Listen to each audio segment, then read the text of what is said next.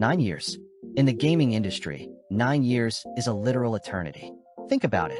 Since 2017, we've seen entire hardware generations rise and fall, the birth of groundbreaking VR and graphics engines that blur the line between reality and CGI. But here in 2026, if you ask a room full of platforming fans what the most mechanically tight, visually joyful, and purely fun Sonic game is, a massive chunk of them won't point to the latest 3D open zone epic. They'll point to a 2D game made by fans, for fans, nearly a decade ago. Welcome back, everyone. Today, we're looking at Sonic Mania. Almost 10 years after its release, it hasn't just aged well.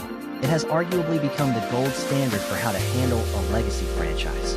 How did a team of community modders and indie devs create a masterpiece that completely outlives its contemporaries? Let's dive in. To understand why Sonic Mania still holds up so well today, we have to look back at the landscape of 2017. Sonic Team was working on Sonic Forces, a game that left a lot of fans feeling cold with its automated physics and rigid level design. But Sega did something unprecedented.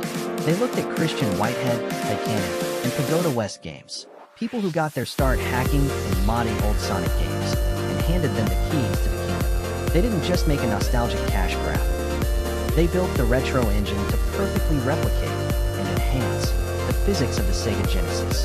In 2026, where many retro-style pixel art games feel artificially constrained or rely too heavily on modern post-processing filters, Sonic Mania still feels like an authentic, alternate universe Genesis game that somehow escaped into the future. It's pure, unadulterated execution. Let's talk about the core reason this game still dominates controllers today: the physics.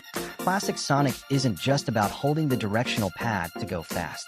It's about earning your speed. It's a physics-based platformer where hills, loops, and gravity dictate your momentum. Sonic Mania nailed this better than even some of the original Genesis games. But the true stroke of genius? The drop dash. By allowing players to charge a dash mid-air and launch the moment they touch the ground, the developers solved a decades-old pacing issue. It bridged the gap between platforming challenges and continuous flow. In 2026, we've seen countless indie titles try to mimic this exact momentum-based loop, but Sonic Mania remains the masterclass. Then there is the level design. Mania is famous for taking iconic zones like Green Hill and Chemical Plant and completely remixing them for Act 2. It plays with your expectations. You think you know where that hidden item box is because you memorized it in 1992, but the game gently subverts it, pulling you into entirely new layouts, gimmicks, and visual spectacles. And the brand new levels? Studiopolis Zone and Press Garden Zone are top-tier Sonic environments, period.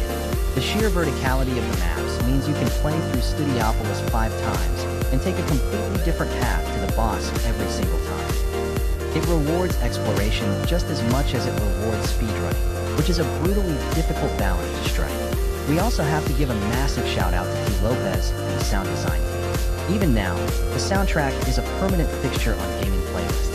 It takes the crunchy, synthesized energy of the 16-bit era and infuses it with modern funk, jazz fusion, and crisp horn arrangements. It bounces.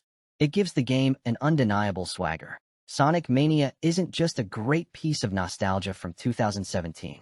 It is a timeless piece of game design that is just as perfect today as it was the day it dropped. Thanks for watching. Let me know in the comments below. What's your favorite zone in Mania, and are you still playing it today? Don't forget to hit like and subscribe, and I'll catch you in the next video.